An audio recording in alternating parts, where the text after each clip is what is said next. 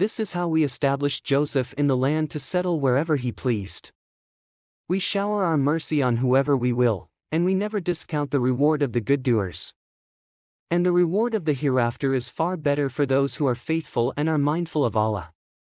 And Joseph's brothers came and entered his presence. He recognized them, but they were unaware of who he really was. When he had provided them with their supplies, he demanded, "Bring me your brother on your father's side. Do you not see that I give full measure and I am the best of hosts? But if you do not bring him to me next time, I will have no grain for you, nor will you ever come close to me again." They promised, "We will try to convince his father to let him come. We will certainly do our best." Joseph ordered his servants to put his brother's money back into their saddlebags so that they would find it when they returned to their family and perhaps they would come back. When Joseph's brothers returned to their father, they pleaded, "Oh, our father! We have been denied further supplies. So send our brother with us so that we may receive our measure, and we will definitely watch over him." He responded, "Should I trust you with him as I once trusted you with his brother Joseph? But only Allah is the best protector, and He is the most merciful of the merciful." When they opened their bags, they discovered that their money had been returned to them. They argued, "Oh, our father! What more can we ask for? Here is our money, fully returned to us. Now we can buy more food for our family. We will watch over our brother, and obtain an extra camel load of grain. That load can be easily secured." Jacob insisted, "I will not send him with you until you give me a solemn oath by Allah that you will certainly bring him back to me, unless you are totally overpowered." Then after they had given him their oaths, he concluded, "Allah is a witness to what we have said."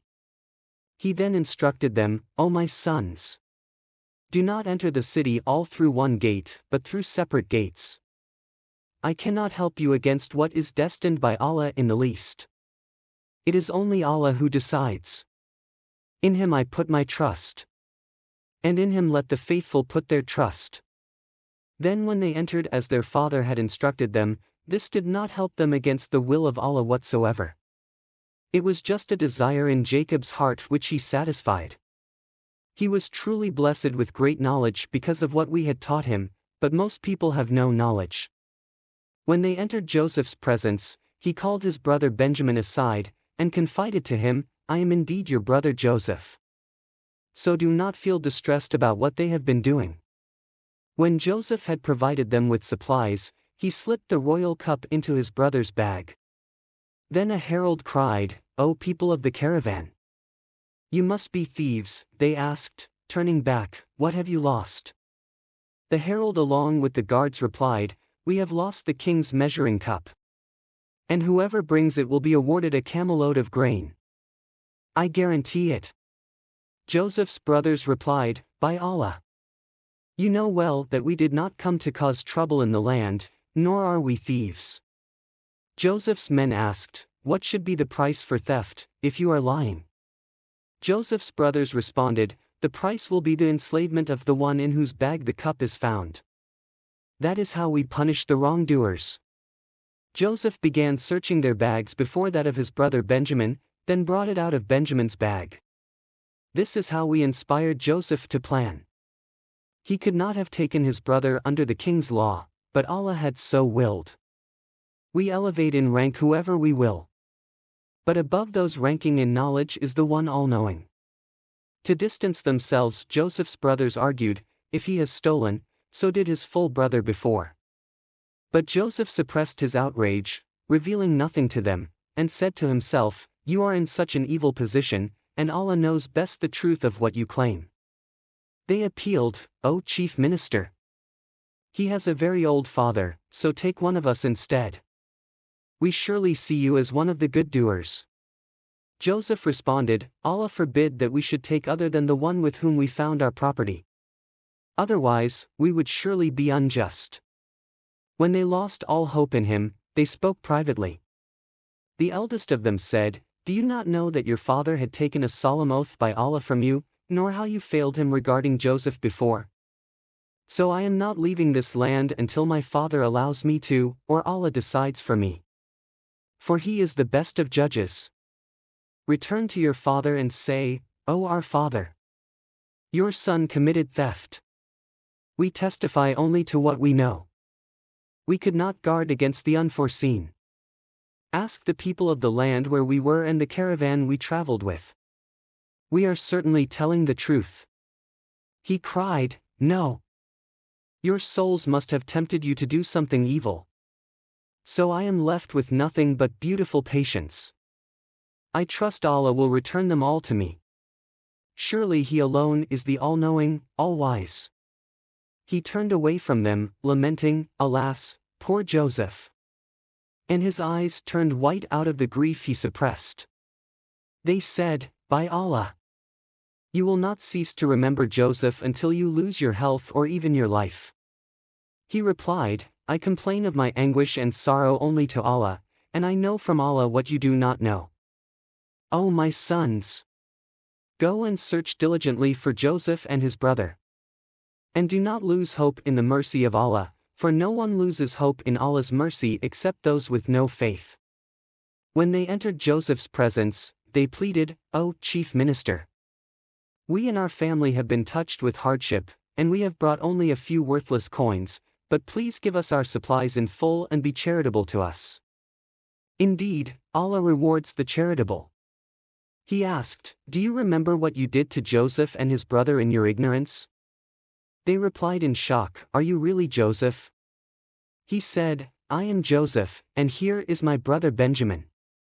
Allah has truly been gracious to us. Surely whoever is mindful of Allah and patient, then certainly Allah never discounts the reward of the good doers. They admitted, By Allah, Allah has truly preferred you over us, and we have surely been sinful.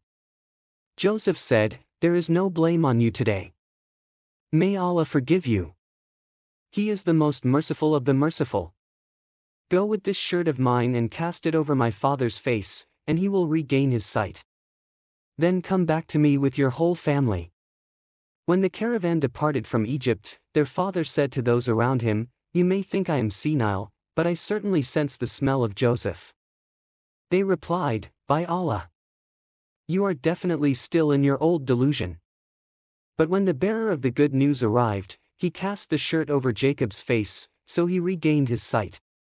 Jacob then said to his children, Did I not tell you that I truly know from Allah what you do not know?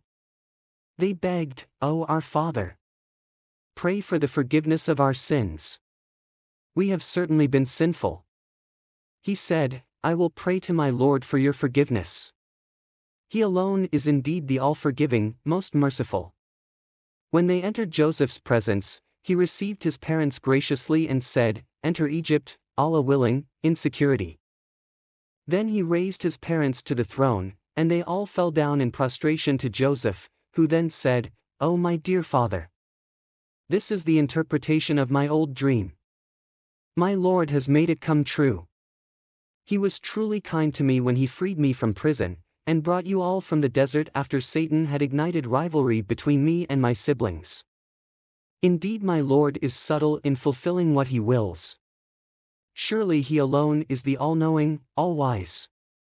My Lord, you have surely granted me authority and taught me the interpretation of dreams.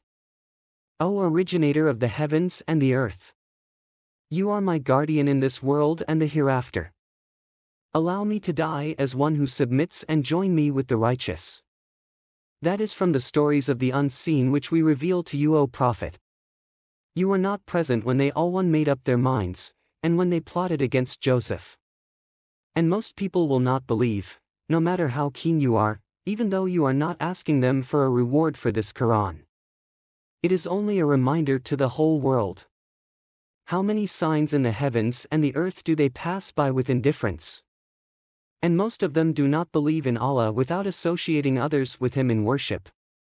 Do they feel secure that an overwhelming torment from Allah will not overtake them, or that the hour will not take them by surprise when they least expect it? Say, O Prophet, this is my way. I invite to Allah with insight, I and those who follow me. Glory be to Allah, and I am not one of the polytheists. We only sent before you, O Prophet, men inspired by us from among the people of each society. Have the deniers not traveled through the land to see what was the end of those destroyed before them? And surely the eternal home of the hereafter is far better for those mindful of Allah. Will you not then understand? And when the messengers despaired and their people thought the messengers had been denied help, our help came to them at last. We then saved whoever we willed, and our punishment is never averted from the wicked people. In their stories there is truly a lesson for people of reason. This message cannot be a fabrication, rather it is a confirmation of previous revelation, a detailed explanation of all things, a guide, and a mercy for people of faith.